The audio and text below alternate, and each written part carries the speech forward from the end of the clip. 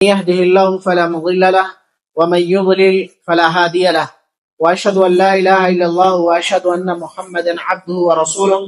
أما بعد فإن أصدق الحديث كتاب الله وخير الهدي هدي محمد صلى الله عليه وسلم وشر الأمور محدثاتها وكل محدثة بدعة وكل بدعة ضلالة وكل ضلالة في النار.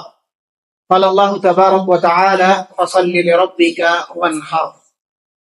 حمد و ثنا بڑائی و کبریائی اللہ رب العالمین کے لیے ہے، جس نے ہمیں اور آپ کو پیدا کیا، اسی نے زندگی بخشی، وہی موت و حیات کا مالک ہے، اس کے علاوہ کوئی مالک اور خالق نہیں، وہ ساری کائنات کا مدبر بھی ہے، اور وہی رب واحد ہے جو عبادت کے لائق ہے، اس کے علاوہ کوئی عبادت کے لائق نہیں، اور اسی کے لیے پیارے پیارے نام اور صفات ہیں۔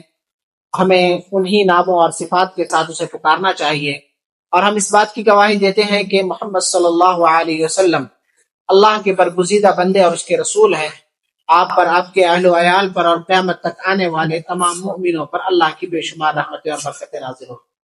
محترم سامعین، قربانی کے حوالے سے آپ کے سامنے گزشتہ 2 درسوں کے اندر، ایک درس میں قربانی کے احکام و مسائل، اور دوسرے درس میں قربانی اور اس پر ہونے والے اعتراضات اور اس کا جواب آپ کے سامنے پیش کیا گیا۔ آج کے درس میں بھی کچھ اہم مسائل جو قربانی کے سلسلے میں پوچھے جاتے ہیں، انہی میں سے چند مسائل کا مختصراً آپ کے سامنے تذکرہ ہوگا تاکہ ہونے والے اشکالات ختم ہو جائیں۔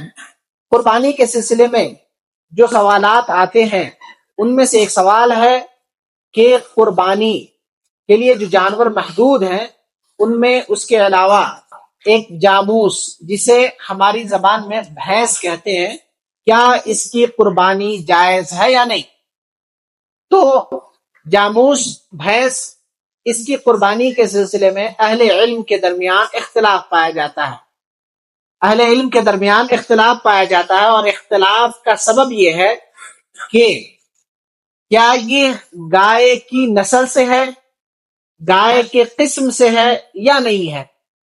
تو جن لوگوں نے کہا کہ بھینس بھی گائے کی ایک جنس ہے، ایک قسم ہے، تو انہوں نے قربانی کی اجازت دے دی، اور جن لوگوں نے کہا کہ نہیں، یہ بھینس ایک مستقل جانور ہے، گائے کی قسم سے نہیں ہے، تو انہوں نے قربانی سے منع فرمایا۔ تو اس مسئلے میں اختلاف ہے، تو جس کو جو مسئلہ راجح لگتا ہے ادلہ کی روشنی میں، اس کو وہ اختیار کر سکتا ہے۔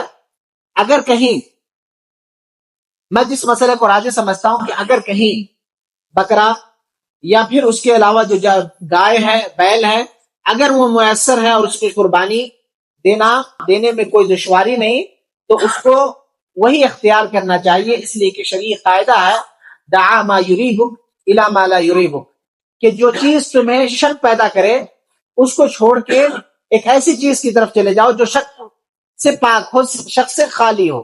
یعنی شک والی چیز کو چھوڑ کے کیا ہے جو بلا شک والی چیز ہے، جس میں شک کی کوئی گنجائش نہیں ہے، اس کو آدمی کو اختیار کر لینا چاہیے۔ لیکن اگر کہیں کوئی مسائل ہیں، تو اہل علم کی ایک بڑی جماعت، جیسے یہاں کے مفتی حضرات بھی کیا ہے، انہوں نے اس کی اجازت دی ہے اور اسے گائے کے قسم سے مانا ہے، اور قربانی اس کی جائز قرار دی ہے۔ واللہ عالم بالصواب۔ قربانی تو ایسی صورت میں قربانی کی، جب گائے کی قربانی کریں گے، بھینس کی قربانی کریں گے، تو اس کے لیے وہی شرائط ہوں گے جو ایک گائے کی ہے، جیسے اس کے لیے کیا ہے 2 سال ہونا، اور اس کے بعد کیا ہے قربانی کرنا، اس کے لیے 2 دتا ہونا، وہ شرط اس پہ بھی نافذ ہوگا۔ اسی طرح کیا ہے، قربانی کے سلسلے میں ایک اور مسئلہ آتا ہے کہ قربانی میں کسی کو وکیل بنانا۔ جیسے ہم نہیں ہیں، ہم چاہتے ہیں کہ قربانی کسی اور سے کروا لیں، تو کیا قربانی کر سکتے ہیں؟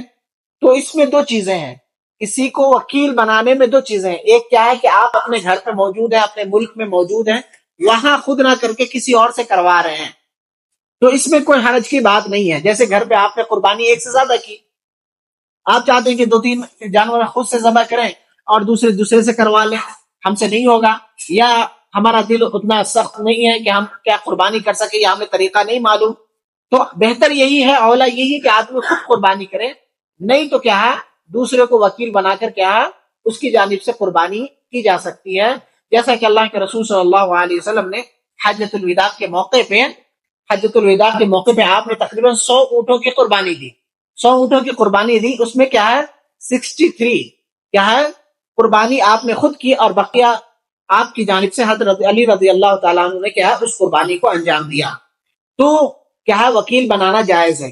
اب سوال یہ ہے کہ آپ ملک کے باہر ہیں، چاہتے ہیں کہ ہم اپنے یہاں قربانی نہ کر کے کہیں غریب ملک کے اندر کیا ہے ہم اپنی قربانی کے لیے کیا ہے پیسے بھیج کر وہاں قربانی کروا دیں. تو ایسا کروانا صحیح ہے کیا؟ تو اس بارے میں اختلاف پایا جاتا ہے. بعض نے اس سے منع کیا ہے، اس لیے کہ قربانی صرف گوشت پہنچانے یا گوشت کھانے کا نام نہیں ہے، بلکہ قربانی ایک بندگی ہے، عبادت ہے، اور اللہ کے حکم کی تنفیذ ہے. تو لہذا آدمی اپنی جگہ رہ کے اس کیا ہے حکم کو بجا لائے، اللہ کے تقرب کو حاصل کرے، اور اللہ کے حکم اور اللہ کا نظام ہر جگہ چلنا چاہیے. تو آدمی کو چاہیے کہ اپنے ملک میں رہتے ہوئے خود سے کیا قربانی کرے. اگر بہت سارے ایسی جگہ ہوتی ہیں جہاں قربانی میسر کر نہیں سکتے، بہت سارے یورپی ممالک ہیں جہاں قربانی آپ خود سے نہیں کر سکتے، تو ایسے لوگ کیا کرتے ہیں کہ اپنے پیسوں کو کسی اور ملک میں بھیج کر وہاں قربانی ان کی جانب سے کی جاتی ہے اور اسے فقراء اور مساکین میں تقسیم کر دیا جاتا ہے. تو ایسی صورت میں جائز ہے، بہتر یہی ہے کہ اپنے ملک میں قربانی کی جائے اور گوشت کو وہاں تک پہنچا دیا جائے فقراء اور مساکین تک. اگر ممکن نہیں ہے تو دوسری ملکوں میں کیا ہے بحالت مجبوری ایسا کیا جا سکتا ہے. واللہ عالم بالصواب. قربانی کے سلسلے میں ایک اور مسئلہ جو لوگوں کا پوچھا جاتا ہے کہ قربانی کا گوشت کیا غیر مسلم کو دیا جا سکتا ہے؟ تو قربانی کے گوشت کے بارے میں یہ ہے کہ اللہ کے رسول صلی اللہ علیہ وسلم کی تعلیم ہے کہ آدمی کھائے، کھلائے اور فقراء اور مساکین میں تقسیم کرے.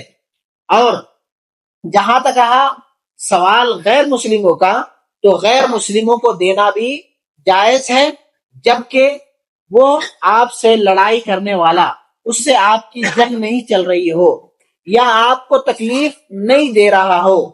اور خاص کر اگر وہ غیر مسلم آپ کا پڑوسی ہے اور فقراء اور مساکین کے زمرے میں شامل ہے، اگر وہ پڑوسی ہے، مسکین ہے، محتاج ہے، ضرورت مند ہے، تو بدرجہ اولا اس کو دینا جائز ہے. اور اسی طرح خصوصاً وہ غیر مسلم جو اسلام کے بارے میں مطالعہ کر رہا ہے، اسلام جاننے کی کوشش کر رہا ہے، اسلام اور اہل اسلام سے متاثر ہے، تو اس کو بھی بدرجہ اولا تالیف قلب کے طور پہ دینا جائز ہے.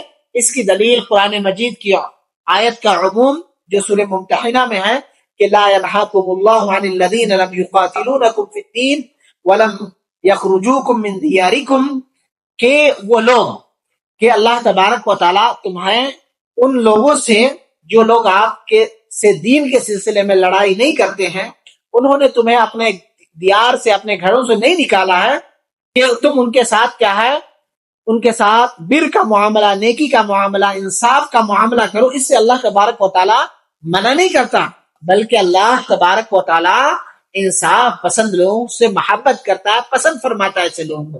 تو لہذا اگر کوئی کافر ایسا ہو جو محارب نہیں ہو، آپ سے لڑنے والا نہیں ہو، آپ کو اپنے ملک سے، اپنے شہر سے نہیں نکال رہا ہو، تو ان کے ساتھ کیا ہے بھلائی آپ کر سکتے ہیں، اور اس بھلائی کے باب میں قربانی کا گوشت بھی انہیں دیا جا سکتا ہے. واللہ عالم بالصواب. اسی طرح قربانی کے گوشت کے سلسلے میں ایک سوال ہے کہ کیا قربانی کا گوشت کیا کیا جائے؟ کیا خود کھا لیا جائے، کسی اور کو دیا جائے؟ تو اس میں سلسلے میں کیا ہے کہ قربانی کے گوشت کو آدمی خود بھی کھائے اور رشتہ داروں کو بھی دے اور فقراء اور مساکین میں بھی تقسیم کرے گا. اس لیے کہ اللہ کے رسول صلی اللہ علیہ وسلم نے اس کے بارے میں تعلیم دیتے ہوئے فرمایا فَكُلُوا مِنْهَا وَأَطْعِمُوا الْقَانِعَ الْمُعْتَرَ، کہ اس میں کیا ہے تم کھاؤ اور جو فقراء مساکین اور مانگنے والے ہیں انہیں بھی تم اس میں سے دیا کرو. اور اس کے کھانے کے ساتھ، تقسیم کے ساتھ ساتھ آدمی اگر اس کو اپنے کیا ہے فریج میں یا کہیں کسی شکل میں کباب بنا کر رکھنا چاہ رہا ہے، اسٹور کرنا چاہ رہا ہے، گوشت کے ایک حصے کو تو کیا کر سکتا ہے؟ تو کر سکتا ہے، جائز ہے۔ اللہ کے رسول صلی اللہ علیہ وسلم کی حدیث ہے، سلمہ بن اکوع رضی اللہ تعالیٰ عنہ سے روایت ہے، صحیح بخاری میں موجود ہے، آپ نے کہا کلو وَأَطْعِمُوا وَادَّخِرُوا، کھاؤ، کھلاؤ اور جمع کرو۔ تو لہذا قربانی کا گوشت صرف خود ہی ہضم نہیں کر لینا چاہیے، بلکہ خود کھانے کے ساتھ ساتھ اگر اسٹور کر سکتے ہیں تو اسٹور بھی کریں اور فقراء اور مساکین میں تقسیم کریں، خصوصاً وہ فقراء مساکین جن کو یہ نعمت نصیب نہیں ہوتی ہے۔